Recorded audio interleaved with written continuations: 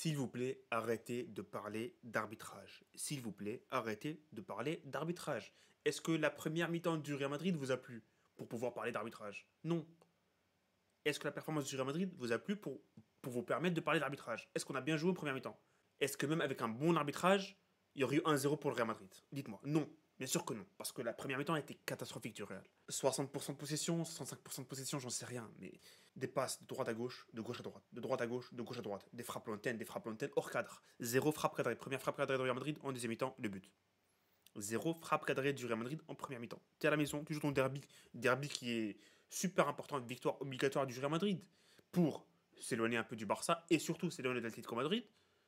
Mais non, mais non. Tu floppes la première mi-temps comme jamais.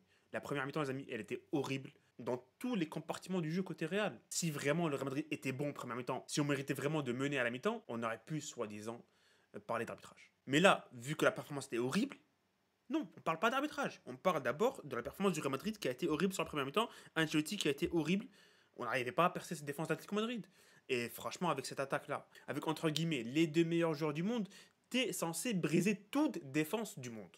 Toutes les défenses au monde. Tu as entre guillemets la meilleure attaque du monde. Vinicius, Mbappé, Rodriguez et Bellingham derrière eux. Comment tu ne peux pas ouvrir une défense? Comment? Même s'ils sont en 40 000 derrière. Après, on va revenir à l'arbitrage, parce que pour moi, le penalty, il y a penalty pour Tchouaméni. Il y a penalty.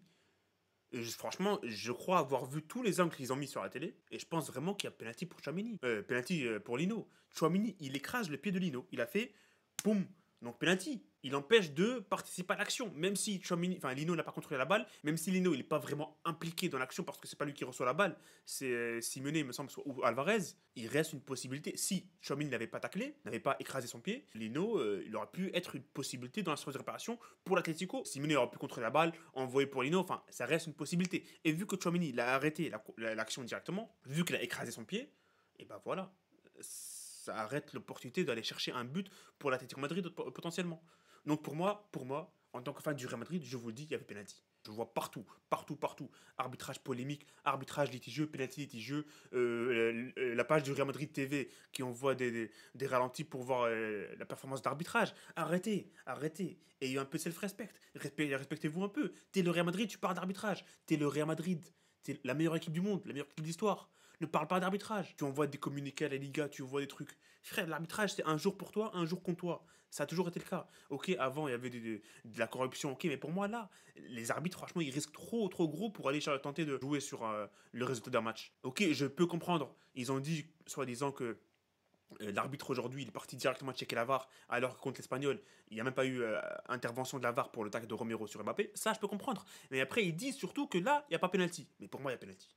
Je parle plus d'arbitrage, c'est bon. Première mi-temps, du coup, les amis du Real Madrid, horrible. On se prend un but à la 33e, me semble, le penalty de Alvarez, après la faute de Chouameni. Après, Chouameni, je ne lui en veux pas trop.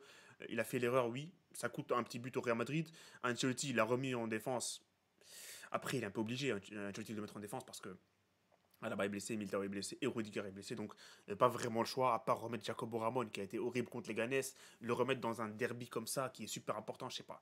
C'était un peu compliqué, donc franchement, j'ai pas vraiment de soucis avec la titularisation de Chouamini en défense centrale personnellement. Mais au final, il se rate. Il se rate encore dans un grand match. Il se rate encore en donnant un but à l'équipe adverse. On aurait pu aussi, les amis, encaisser un autre but sur une autre erreur défensive, celle de Lucas Vasquez. À la 4e minute, vous avez vu ce qu'il fait? Contrôle, il perd la balle, il donne à Lino. Lino qui décale pour Griezmann, mais c'est mal dosé, donc heureusement. Heureusement, on a eu chaud sur cette action-là. Et franchement, s'il avait mis ce but-là, Griezmann, je pense que le Real perdait ce match. Mais en soi, l'Atletico, ils sont pas créés de cases. Courtois n'a pas vraiment été mis en danger par l'attaque de l'Atlético Madrid. Des frappes de loin, mais franchement, pas grand-chose. En fin de match, hein, on pensait vraiment qu'ils allaient faire un petit braquage comme ils l'ont fait contre le Barça, comme contre le PSG, avec une contre-attaque, avec l'entrée de Correa et tout, parce que Correa, il marque souvent sur ce style de match. Il a marqué aussi au match aller contre le Real comme ça, en fin de match. Non, franchement, il y avait cette peur un peu dans un coin de la tête, mais au final, ils n'ont pas réussi à marquer l'Atlético Madrid. Heureusement, ils n'ont pas vraiment créé beaucoup d'occasions, parce que vraiment, la défense aujourd'hui a été bonne. La défense du Real Madrid, Chouamini, à part l'erreur, en vrai, moi, je trouve qu'il s'est rattrapé en deuxième mi-temps. Il a fait quelques interventions intéressantes en défense, mais bon, il contribue quand même à la perte de points du Real en provoquant ce penalty cadeau. Cadeau, littéralement cadeau. Après, Asensio pour moi a été très très bon. Farhan Garcia a été très très bon, même si en fin de match je trouve un peu fatigué. Il s'est fait un peu manger par l'Orienté en fin de match, en fin de match. Mais sinon, sur le reste du match, ça a été très très bon. Fran Garcia, offensivement, il n'a pas vraiment aidé le Real parce que franchement, c'était un peu compliqué d'aller percer cette défense. On s'est dit pas mal de fois pendant cette semaine que il faut avoir peur du match contre City, mais franchement, contre City, moi je suis un peu. Franchement, je suis serein contre City parce on va pas avoir la balle, je pense. City va avoir la balle et je pense sur les contre-attaques, les attaquants vont se régaler et défensivement, il faudra tenir la baraque, c'est tout. Mais offensivement, je pense on va se régaler contre City, on va les battre. Mais bon, c'est pas le sujet les amis, aujourd'hui. On va revenir du coup par rapport au derby, les amis, du Real contre l'Atleti. Donc première mi-temps horrible du Real Madrid, franchement. Deuxième mi-temps, j'ai bien aimé. Deuxième mi-temps, il fallait attendre une réaction du Real Madrid, pas de changement de Ancelotti, mais bon, il a eu raison en deuxième mi-temps parce que la deuxième mi-temps elle est magnifique. La deuxième mi-temps, le début surtout, les 15-20 premières minutes de la deuxième mi-temps, les amis, masterclass du Real. Pourquoi on joue pas comme ça dès le début? Pourquoi on n'a pas joué comme ça depuis le début? On les a mangés, le temps fort du Real. Hein. Pendant ces 20 minutes, dès le retour des vestiaires, ils n'ont pas réussi à respirer. On les a asphyxiés, franchement. On marque le but à la 49e. Le but, franchement, très bon travail, il me semble, c'est de Rodrigo à droite. La passe pour Bellingham qui frappe, c'est contré. Ça revient devant les pieds de Mbappé qui marque. Donc, un partout à la 49e, je me suis dit, vas-y, on remonte à du Real, pourquoi pas? Mais on a eu les occasions pour aller faire la remontada. Bellingham qui trouve la transversale. Bellingham encore de la tête qui trouve, comment s'appelle, Oblak, le gardien. Une frappe de Vinicius, une frappe de Rodrigo qui frôle le poteau, une frappe de Valverde, il me semble. Franchement, les occasions du Real, elles étaient là. Je crois en 15 minutes, on a tiré au 4-5 fois. Dommage, on n'arrive pas à marquer. Heureusement, on n'encaisse pas le but en fin de match parce que ça, je pense si on perd ce match, ça n'aurait pas été mérité pour l'Atlético Madrid de gagner, surtout en vue de la deuxième mi-temps du Real. Mais en vrai, le match en général, vu la première mi-temps du Real Madrid, on peut pas vraiment aller espérer autre chose que nul, parce que la première mi-temps était horrible. Il fallait profiter de la première mi-temps aussi, mais le Real Madrid est passé à côté, on va pas se mentir, de la première mi-temps. J'ai envie aussi de revenir, les amis, par rapport à un truc, c'est les changements de Ancelotti. Encore une fois, très très très tardif, les changements de Ancelotti. Camavinga et Modric à la 80e, si je ne me trompe pas. Encore des changements, ok, mais des changements qui sont pas vraiment offensifs. Hein. Il sort Lucas Vasquez, il met Valverde à droite. Il sort aussi Ceballos, qui est le meilleur joueur sur le terrain. Il met Modric. Et Camavinga, du coup, qui va passer au milieu. Personnellement, je m'attendais à Arda Güler, à Brahim Diaz, à Hendrik, des joueurs qui peuvent vraiment faire la différence dans les petits espaces contre une équipe comme l'Atletico comme ça. Et bon, il les a pas fait rentrer, surtout après le match, les bons matchs de Brahim et de Hendrik, je pensais, ils allaient pourquoi pas avoir une petite chance. Mais bon, ils n'ont pas eu leur chance aujourd'hui. Brahim Diaz, c'est du manque de respect de le faire rentrer à la 87e. C'est du manque de respect de le rentrer à la 87e. Ça sert à quoi de le rentrer à la 87e pour jouer 5 minutes? Au fond du fond, il a pas envie de rentrer. Carlo, tu me fais rentrer pour 4 minutes, frère. Tu penses que je suis Maradona ou quoi? Tu penses vraiment que je vais aller mettre un doublé maintenant? Non, c'est du manque de respect de le faire entrer à la 87e. Surtout dans un match où l'attaque du Real Madrid n'a pas été bonne. Surtout au premier temps. Après, bien sûr, à la deuxième mi-temps, ça s'est amélioré. Vinicius, il a réussi à se défaire de l'orienter sur quelques actions. Rodrigo, franchement, deuxième mi-temps, masterclass. Masterclass Rodrigo sur la deuxième mi-temps, très très bon, très très bon. Tout le danger du Real venait la plupart du temps de Rodrigo. Mbappé, j'ai pas trop aimé Mbappé aujourd'hui. Bellingham, bonne deuxième mi-temps aussi. Donc en vrai, la deuxième mi-temps du Real Madrid était pas mal du quatuor offensif, mais dommage. Comme j'ai dit, dommage, ils se sont réveillés un peu tard. Les tops et les flops maintenant, les amis de ce match, Real Madrid, Atlético Madrid. On va commencer par les flops. En vrai, les flops, Chouamini, il fait un bon match. Il fait pas un match horrible, mais je vais le mettre dans les flops parce que voilà, le penalty, il contribue, comme j'ai dit, à la perte de points du Real Madrid. C'est vrai qu'il se rattrape un peu après, mais tu fais une grossière erreur, ça coûte à ton équipe. Au final, tu gagnes pas le match, donc tu contribues à la perte des points, comme j'ai dit. Donc pour moi, il fait partie des flops, même si après il se rachète, il fait pas un match horrible. Hein. Il a fait quelques interventions intéressantes en deuxième mi-temps. Donc voilà pour Chouameni. Deuxième flop pour moi, Vasquez, il fait la grossière erreur en première mi-temps. Mais à part ça, il n'a pas vraiment apporté offensivement et défensivement. On l'a pas trop vu que l'Atlético Madrid n'a pas vraiment été dangereux offensivement. Ils ont marqué sur leur penalty, mais à part ça, il n'y a pas eu grand chose. Donc heureusement qu'il se rate Lino sur la passe pour Griezmann sur la première action, la 4 minute de jeu où Vasquez perd la balle. Et troisième flop, je vais donner Mbappé et Vinicius ensemble, les deux ensemble. Les deux, un flop partagé.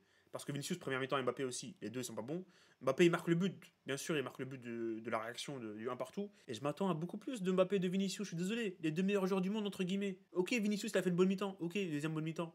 Il a réussi à se défaire de l'orienté, comme j'ai dit. Il a eu une ou deux occasions intéressantes et tout, mais on parle quand même du soi-disant Ballon d'Or 2024. En tout cas, les deux meilleurs joueurs du monde, entre guillemets, passent à côté en première mi-temps. Mbappé, en vrai, il n'a pas fait un match de fou sur l'ensemble du match, après, à part le but.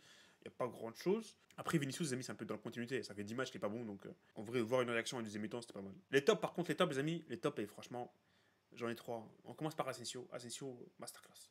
Quel crack. On a un crack, franchement, les amis, générationnel, je pense. Je pense, Asensio, c'est un crack générationnel. Ok, Alaba et Rudiger vont revenir, mais pour moi, Asensio, c'est bon, titulaire. Titulaire jusqu'à la fin de la saison. Il a montré qu'il pouvait jouer un gros match. Il a littéralement mené la défense du Real Madrid aujourd'hui, alors qu'il a 21 ans. Grinta, rapide, fort de la tête, fort dans les duels. Fait aussi des rushs intéressants pour aller faire la transition à quelques reprises dans son match entre le milieu et l'attaque.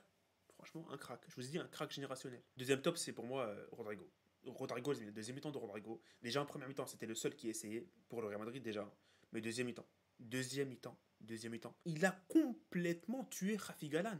Rafi Galan aujourd'hui il fait des cauchemars de Rodrigo. Et pas encore Rafi Galan, hein. Il y a aussi l'anglais à quelques reprises. Le côté droit aujourd'hui, franchement, Rodrigo, il a fait ce qu'il a voulu faire pendant toute la deuxième mi-temps. Il est impliqué sur le but si je ne me trompe pas. S'il y avait du danger aujourd'hui, c'était du côté de Rodrigo. Dommage, hein. Dommage, il joue pas à son poste de prédilection parce qu'à gauche, je pense, ce qu'il fait là, à droite, s'il était à gauche, je pense on peut multiplier par 3. Ça fait 6-7 matchs où il était trop fort. On espère que ça va pas s'arrêter, hein. On a besoin de lui, le bourreau de Manchester City. On a besoin de lui, les amis, Rodrigo. Et pour moi, le top, le troisième top, l'homme du match, c'est Ceballos. Je sais pas pourquoi la Liga il donne à Julian Alvarez, à part le penalty, la panica, il n'a pas fait grand chose, Julian Alvarez, comparé à Ceballos et Rodrigo. Le match de Ceballos est mis XXL, hein. Le match de Ceballos, on dirait qu'il joue au Real, ça fait 10 ans titulaire. Quel crack! Il était partout aujourd'hui. Le nombre d'interceptions de Ceballos mis, franchement, aujourd'hui, waouh. Waouh. Il a marché sur le milieu de l'Atlético Madrid. Pablo Barrios, Coquet, Rodrigo De Paul. Quel crack, hein. C'était le meilleur joueur sur le terrain en première mi-temps. C'était aussi, bon, avec Rodrigo, je dirais, les deux meilleurs joueurs sur le terrain en deuxième mi-temps. Qu'est-ce que tu veux de plus? Il manque en fait juste un petit but ou une passe décisive pour Ceballos pour faire un match, un 10 sur 10. Mais là, si je devais noter, c'est un 9, un 8,5 sur 10. Il nous fait une saison de malade. Depuis qu'il commence à enchaîner les matchs, il fait que des masterclass. Il a fait un match, je crois que c'était contre Salzbourg, il a fait un match de malade aussi. On aura besoin de Ceballos, je pense. Là, franchement, sur le dernier match, je pense il est titulaire. Il faudra voir comment ça va se passer avec Valverde. Je sais pas si contre City, Valverde va jouer à droite ou pas, arrière droit ou pas. Il va pas mettre Asensio à droite, il a plus ce choix-là, vu qu'il n'y a plus de défenseurs. Par obligation, il va mettre soit Lucas Vazquez, soit Valverde. Et c'est ça le problème. En fait, c'est soit il tente Valverde milieu, il remet Lucas Vazquez. Et là, Vazquez défensivement, t'as peur, mais tu perds Valverde milieu. Sinon, tu mets Valverde à droite. Tu es un peu plus serein avec Valverde à droite. Et tu mets de milieu ce que tu veux. Parce que tu as le choix au milieu. Tu as 3, 4, 5 joueurs au milieu qui peuvent jouer à ce poste. Mais bon, on parlera de City, les amis, bientôt. Parce que le match de City, c'est dans 3-4 jours. Donc, tranquille, il y a le temps. Et voilà, ça sera tout pour ce match du Real Madrid, les amis Atlético. On perd des points, bien sûr qu'on perd des points. L'Atlético Madrid, ça, c'est un cadeau. Ça, c'est un cadeau pour le Barça. L'Atlético et le Real qui perdent des points au Bernabeu. Le Barça est maintenant à 2 points du Real et 1 point de l'Atlético Madrid. Ils joueront, enfin, s'ils gagnent, ils seront à 2 points, 1 point du Real Madrid contre Séville. Séville, Ramon Sanchez Pizjuan, demain, les amis, à l'extérieur, match compliqué. Mais on verra ce qu'ils vont faire le Barça. Je serai en live, bien sûr, pour ce match-là, les amis, comme d'hab, ici sur la chaîne d'Ayou FC. Voilà, les amis, dites-moi ce que vous avez pensé de ce match dans les commentaires. Mettez vos top et flop, et votre homme du match. J'ai envie de savoir qui était pour vous l'homme du match. Ceballos, Rodrigo, Asensio, Fran Garcia, pourquoi pas. Mais voilà. Merci à tous d'avoir regardé, merci à tous d'avoir écouté. Et voilà. Ce sera tout pour cette vidéo. Salut, profitez des vôtres.